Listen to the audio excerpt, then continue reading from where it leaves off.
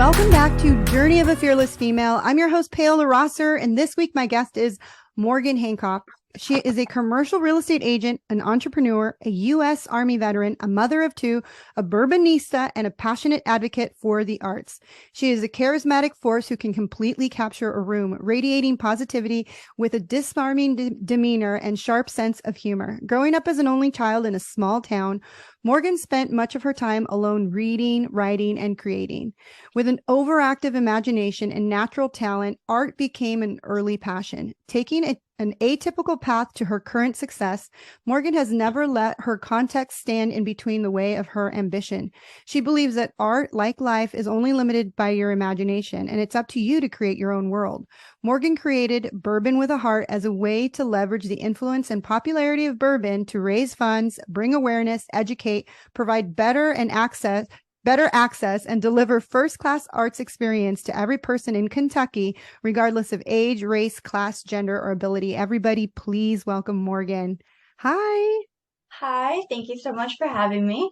I'm excited to hear your story. So far, there's a lot under your belt. A U.S. Army veteran, first of all, thank you so much for your service. Thank you. Tell us about your fearless female journey. Where did it all begin? Well, it has certainly not been a straight line journey at all. As you can see, it's been all over the place, and what you said there wasn't even half of it. So I have taken a zigzag crazy spiral road to get here. I guess starting when I was really young, I'd always been just attracted to anything, creative, reading, writing, arts. And so I just went into journalism, media. I was an editor in my campus paper. Then I had this crazy idea that I thought if I went to the military and then law school, that would add up to me being able to be like a senator or congresswoman one day. Okay. Yeah, so I always just was really passionate about everything. So I guess it would be a way to say it. So I decided to join the military. So I did that, got out, went to law school. Then life kind of hit marriage, babies, and ended up quitting after my first year of law school. Okay. Then went into politics, then decided I wanted to be a counselor. So then I would get my master's in counseling, do that for a little while. Then I decide that didn't want to do that anymore. Then I decided I'm going to go into advertising. Then I start advertising. I do that for years, and I'm actually still heavily involved in that with the local lifestyle publication. Mm-hmm. And that led me to make so many connections, within the community with business leaders and activists and just the who's who, of the community, and met a lot of really talented artists. And I just realized more and more that while Kentucky is very well known across the globe for being a leader in the bourbon industry, people don't understand the rich and vibrant arts culture that we have here in Kentucky. Yeah. So I thought maybe I could use that existing popularity and influence of bourbon to bring awareness to Kentucky's thriving arts culture.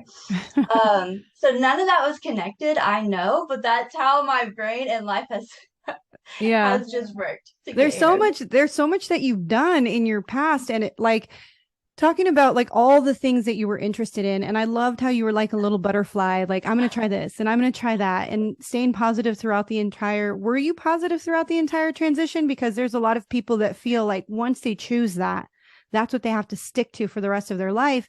And they're almost feeling the shame or guilt. Like, if I go do something else, what is everyone going to say? Like, how was that for you? Like, every time you would tell your parents or your friends, well, now I'm doing this and now I'm doing that.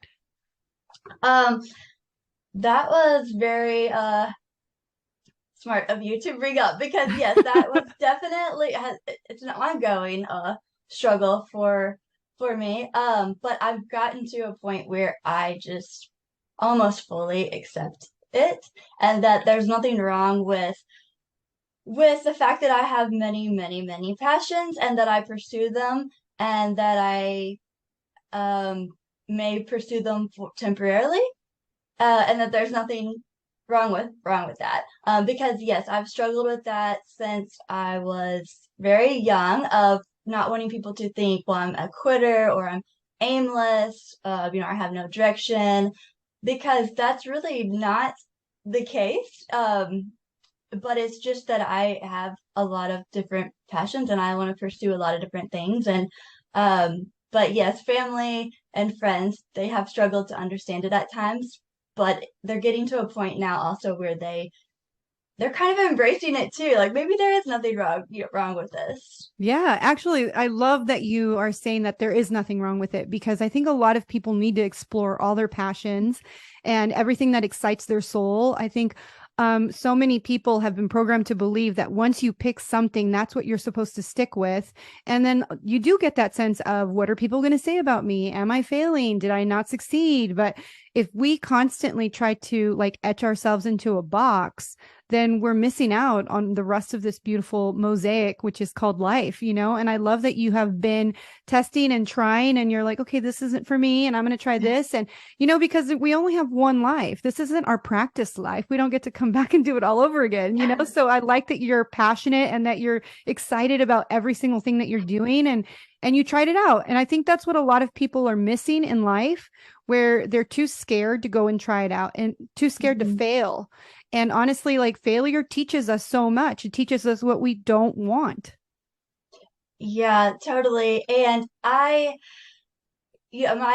ex-husband, you used to say, I've never seen anybody who can just lose so many times and never lose enthusiasm. I'm like, well, it's not that I lost, I just realized that wasn't for me, maybe there's a reason he's an ex-husband.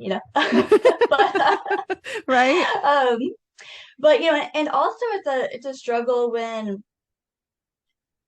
I do have tried a lot of different ventures and gone down a lot of different roads. Many of them actually have been successful. So it's not that, oh, I tried this and I couldn't do it or it didn't work out. They do work out. And that almost sometimes poses an even bigger struggle because you're like, well, I've got so many ways I could go and they all would be successful, but you can't do them all at the same time. So I think in some ways, if you try a lot of different things and they all succeed, it's almost harder To pick. than if they're Yeah. not succeeding. Yeah, I feel like in today's world, that's one battle we have is just having so many options at our fingertips. Yeah. But I love it though, because it really gives us that ability to use all of our facets. I don't think that we are just meant to be good at one thing. I think it's great that you're good at a lot of things and that you're incorporating everything that you're passionate about, including arts. Yes, definitely Kentucky is not the place that I think, oh, they have all this art there. Right. And so the fact that you We do. decided, We're right? changing that. Yeah, like the fact that you decided, like, let's bring these two worlds together Mhm. and let's open up this ability for people to express themselves because I think we all are creators at heart. We can create our own reality. And I think a lot of people forget that. Yeah, absolutely. But yes, Kentucky, just like what you said, when people think of Kentucky, they're definitely not thinking of this as the center of arts and culture, but we really are, and that's what I'm hoping to do. And I actually have visions of taking this um, kind of beyond Kentucky, but in a way that still brings the attention back to Kentucky. I have ideas of bourbon and Broadway, Mm. bourbon and ballet, bourbon and well, bluegrass. That's obviously Kentucky, but um, we have, I actually just did a interview with someone yesterday in New York, and bourbon is booming all over the world, and New York is starting to get really interested in bourbon. So, we could take this all over the globe, really. Yeah. And it gives people the ability to express their art. Like you said, Broadway, you don't have to feel like you have to go to New York. And a lot of people don't go to New York because A, the money, the travel, they're too scared because they're going from a small town to a big town. And so they kind of hide away their gifts. And so this is like a way for you to open up the stage, so to say, for people who can express themselves and they don't have to go all the way to New York. And maybe you never know, maybe there's somebody who's at a Kentucky bourbon show who's like, a casting director for someone in LA. So you never know how everything always interconnects. And that's exactly what happened to you, is like, even though you were flying like a little butterfly, tasting all these little flowers and possibilities, you dreamed and you imagined this like this place where you can connect everything that you're passionate about in one thing. And I think that's what Bourbon with a Heart is. It's like being able to connect all of the things that you're passionate about, that you love, and connecting it and creating something of your own. Sometimes when the thing that you want is not out there, which is what happened to me. Like I was telling my husband, I just want this. And he's like, why don't you just create it? And I'm like, that's a lot of work. But now, like 3 or 4 years into my business, it's like I've created what I'm passionate about and doing the things that I love to do. So I love it. More people need to be more open to being able to just create from the heart and do what they want and live passionately. Yeah, absolutely. That's beautiful that you said that. And I I think another thing, is with Bourbon with Heart, the way that it actually kind of came about is I was literally just walking down the street, headed to an event and downtown Louisville, and I saw a trash can, and it was like an ugly trash can in downtown Louisville.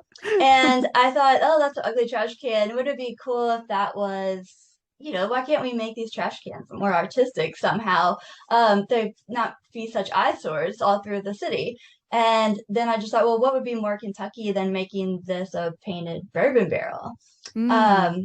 And we have in Kentucky, kind of like New York has the apples, and we have painted horses all through the city, Oh. which horses are a, huge staple industry in Kentucky. But this would be so cool to have bourbon barrels all through the city this way, Mm-hmm. and potentially, replacing ugly trash cans.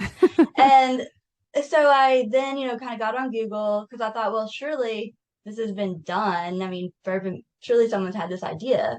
I got on Google and I couldn't find like even a bourbon barrel art exhibit, anything in Louisville, Kentucky. And I'm like, this is crazy. I mean, it's our, number one industry and we're not utilizing it in this way at all. And so I just said, well, this has to happen. And so I think, maybe we think like I did for a second, oh, well, someone's probably already thought of that. Someone's already tried that or done that. And it turned out they hadn't. Um, and Mm-hmm. so if I hadn't have just gone for it, someone else would have got to do this awesome idea instead of me. So Yeah. It always reminds me of the book Big Magic by Elizabeth Gilbert. She's the one that wrote Eat, Pray, Love. And she talks about in her book, Big Magic, that a lot of people would come up to her and said, that was my book, Eat, Pray, Love. Like I was going to write that book.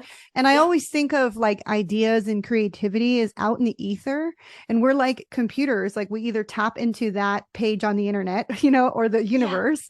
And so like that was like your download that you got. Like this is what we should do, is like make these trash cans more beautiful and like, represent Kentucky. And I think a lot of people think when they get these great ideas or these creative downloads, they think the same thoughts. Somebody's already done this or somebody else will do it, when in reality, you were chosen for a reason to get that download, and some people actually do take action like you did. And sometimes if you're listening to this podcast and you get those like sparks of idea, those sparks of creativity, those downloads, then yes, you should definitely take that steps to see like, has this been done? Because before you like shove it away and think, no, it's not for me.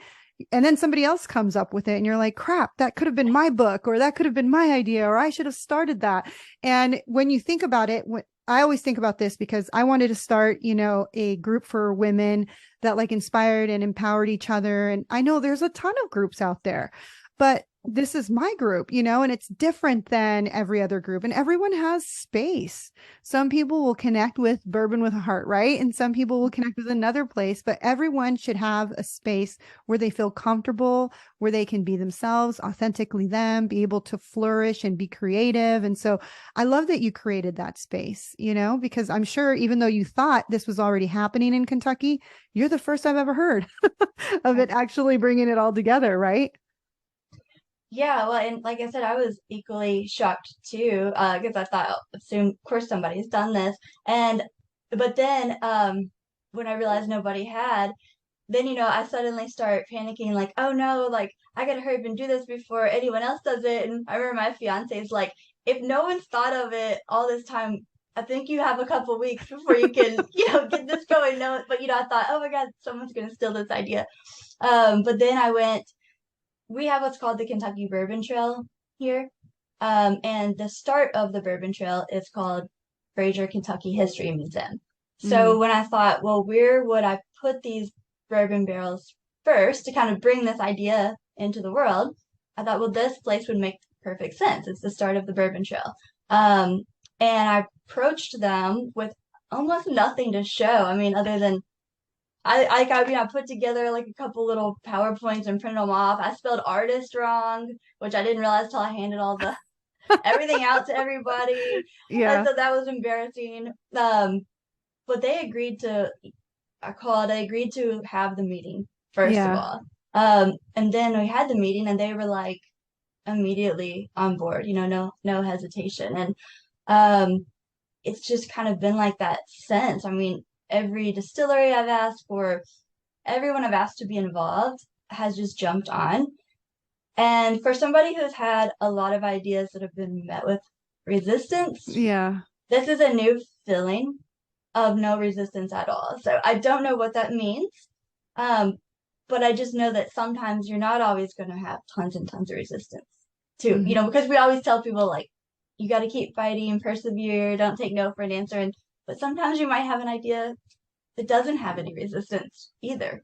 Yeah, I love that. Seriously, because I always think about it this way when something is going great, you don't have to swim upriver. You just go with the flow and the fact that everything was lining up and you had all these great ideas. It was like your own spiritual path of like this is where I'm supposed to go. Like you have all these other ideas and like you said you've been met with resistance, but this one is like flowing in the direction because it was meant for you to create. Right. And it Yeah. brings so much, like you smile about it, just like you guys who are listening on the podcast, like you can't see, but her energy and like everything about it lights up her soul. And I could see that through that because it's different than when you were talking about going to law school. That Yeah. definitely did not light up your soul. So you just have like all this enthusiasm, which then like that frequency and energy is transmuted to other people. So they feel that and they're like, yes, we're totally on board. Yeah. So first, when we jumped into this, I mean, I didn't know much. I didn't really know how it was going to go. I knew that I wanted it to be um, not just a for-profit business. I knew I wanted this to be community centered, focused. So I knew I needed to get a 501(c)(3) in order to, because I knew I was going to have to get sponsors in order to have funds, for this. Mm-hmm. Um, so I knew in order to do that, I was going to have to be a nonprofit. Um, so I did my own uh, paperwork, everything for it. People had told me, oh, it's going to take 6+ months. Somehow it got approved in like 2 weeks. Wow. Yeah, tax exempt status, which that's what I mean. Like there's the no resistance. Even my CPA was like, that's unheard of. So it got approved, and then just got on, started, did the website myself, and I thought, well, we're gonna have to do an artist call.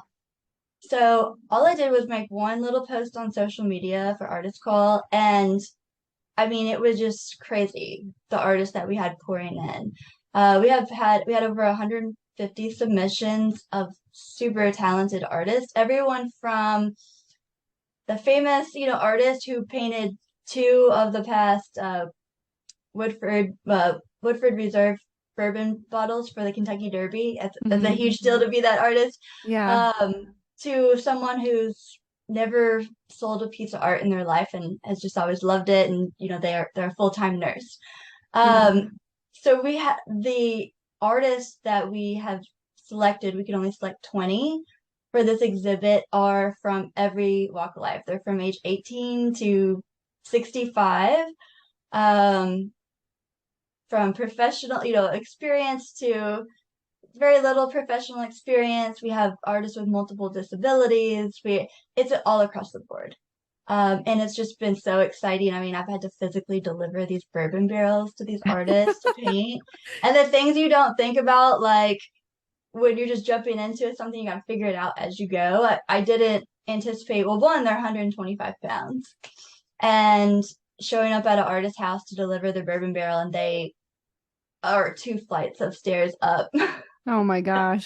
But we figured it out, and it's all working out, and it's been a blast. Yeah, I love that. I love that you said I figured it out as I went because a lot of people, that's what stops them. They get the idea and then they're like, "Oh my God, it's overwhelming or it's going to be so hard," or if you present this beautiful idea to a friend and they automatically tell you, it's not going to work out or it's going to be too hard to get your 501c or whatever.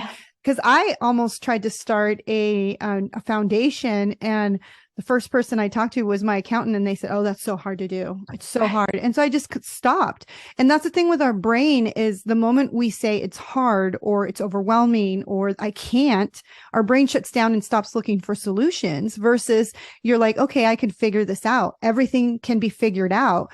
And you did. And even though like earlier in the story, you said, I created these PowerPoints and I even spelled artist wrong. You know what I mean? A lot of us wait to be perfect. Like, oh, I'm not a good writer or I can't spell or I can't design or, we come up with all these excuses when really that creative idea that was given to you as a download from the ether, from God's spirit, the divine, like it was meant for you and for you to just keep trying to figure it out. And we're in a time in our life where everything is so much easier to figure out because we have the internet. Like you said, you just went on Google and it was like, how do I do this? And figured it out on your own. And now you have a nonprofit within 2 weeks, you said? Yes, yeah, an exact same thing. I went to my CPA first and my attorney because I'm also a commercial real estate agent. That's another thing. So I have these people. That I went to them and because I just went to my CPA only to say, what would you charge to file this for me? Yeah. And she said, well, here's what it would cost, but I'm going to warn you, it's extremely backed up. It's going to take this long, and then she said, and you need to talk to the attorney because of the bylaws and all that. She only handles the financial side. The attorney needs to do all that. So I go to my attorney. He's taking like a week to get back to me, and so then I'm like, I can do this. So literally go on irs.gov and they have a video, like almost like a cartoon tutorial of how to get tax exempt status. And I sat there, Wow. it's like 12 video series and watched it and did it and apparently did it right. Yeah. But see, I love the way your enthusiasm. If you're listening to this podcast, listen to how she's talking. It's, I can do this. I can figure this out. It shouldn't be this hard. You know what I mean? Like she's not using words like I can't, or this is too hard, or this is overwhelming. Like in her energy, everything about it, it's like, I can move forward. And when you have your brain and your mindset in that realm of like positive attitude, anything is possible. Right? Anything is possible. When you walk around with a negative mental attitude, you basically stop yourself dead in the tracks to figure out anything. Exactly. And this kind of comes back full circle to this being an arts focused charity. Because art, I think that that's the perfect kind of manifestation of everything it is to be human. We are only limited by our imagination. And Mm-hmm. so art, like life, we take the tools that life gives us, but then we use our imagination to recreate that into whatever we want it to be. That's only limited by our imagination.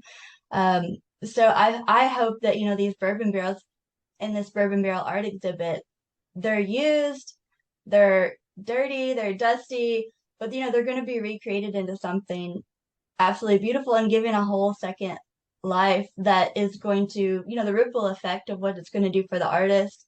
The funds that we raise are being donated to local nonprofits. One's education based, one donates blankets to the homeless. The ripple effect of just taking this dusty old barrel and it being painted is, going to be enormous. Yeah. The fact that it came from you walking down the street and looking at a trash can huge. and seeing that it was an eyesore, and then everything that has now come into fruition because of your one idea is incredible. And I think that whoever is listening, I hope this gives you the motivation and the inspiration that you can do anything you set your heart on, right?